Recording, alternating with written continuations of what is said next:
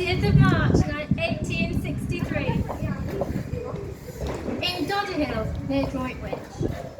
My childhood was dull, dreary and unremarkable, and it wasn't until I moved to Newark 20 years later that life for me truly began. I felt that a life away from home, of work, was far more preferable than that of a dutiful housewife. Cooper's, the clothing factory on Victoria Street, is where my eyes were first opened to the world of business.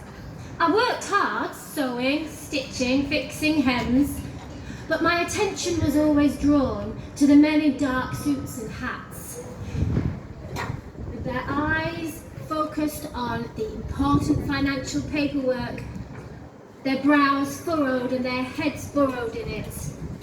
How I longed to be with them and forge a path for myself.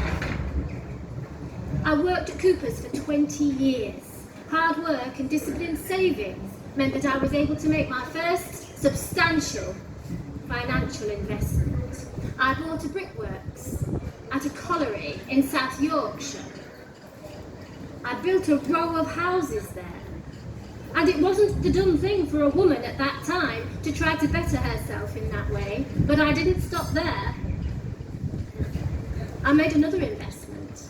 I bought a brickworks by the railway tracks on Cross Street, and I built more houses so that my workers had somewhere to live. When I was 42, I married William Blagg. He was a butcher's son and 9 years my junior. Not that I ever.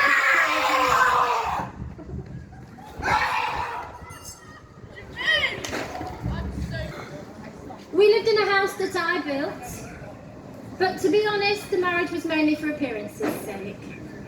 Frank was a good man, William was a good man, but my businesses came first.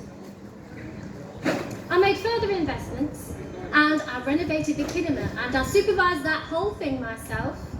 I also bought Chauntry House, and much to the surprise and dismay of the whole of Newark, I demolished it in order to build more houses. Around this time I met Frank Millhill Johnson.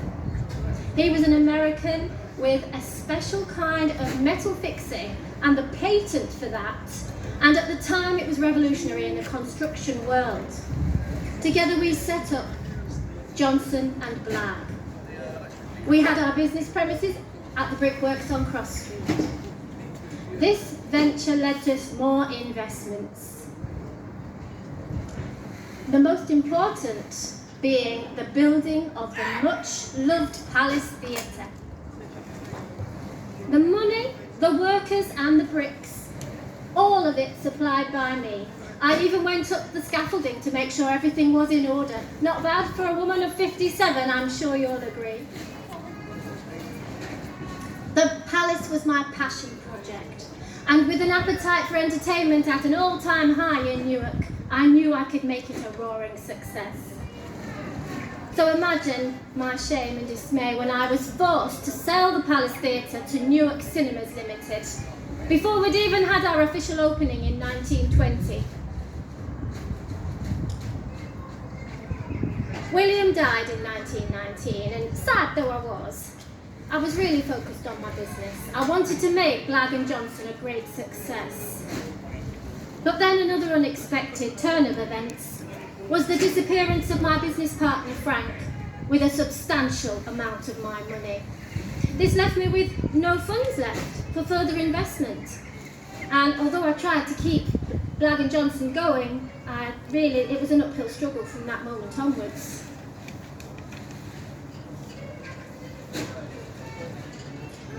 On the 7th of April 1935, I passed away at my home in Lime Grove. A combination of cerebral thrombosis and severe bronchitis, the doctor told my brother.